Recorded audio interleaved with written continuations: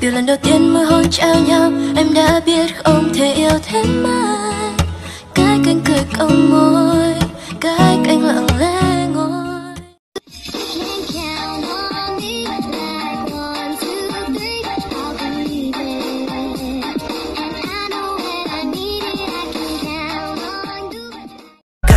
So perfect, everything you do is so perfect.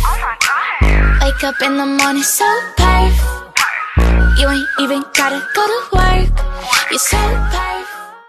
一起睡猫觉，一起喵喵喵喵喵，在你面前撒个娇，哎呦喵喵喵喵喵，我的心脏砰砰跳，你留下你的坏笑，你不说爱我，我就喵喵。You wanna know a secret? I love you. So I said I loved you one more time, in case that would change your mind.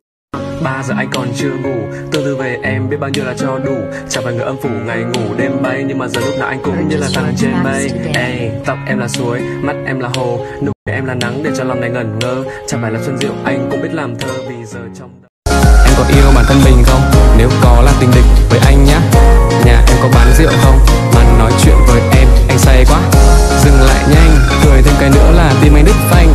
Nhà em có sao em không ở, mà lại đi chuyển hộ khẩu vào tim anh.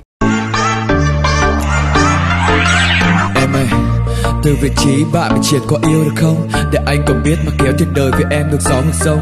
Em chọn real fan hay là real love? Cho anh xin cần em để xác định chức vụ nhau cho khớp.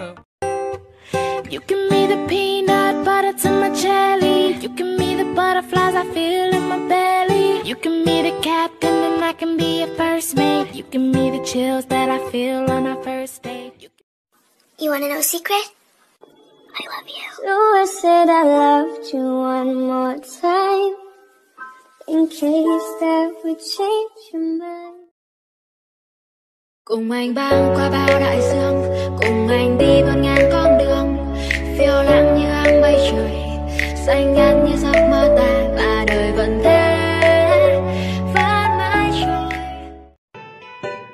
Là cô gái hay mộng mơ, người đã khiến tôi thẫn thờ, cho tôi nhung nhớ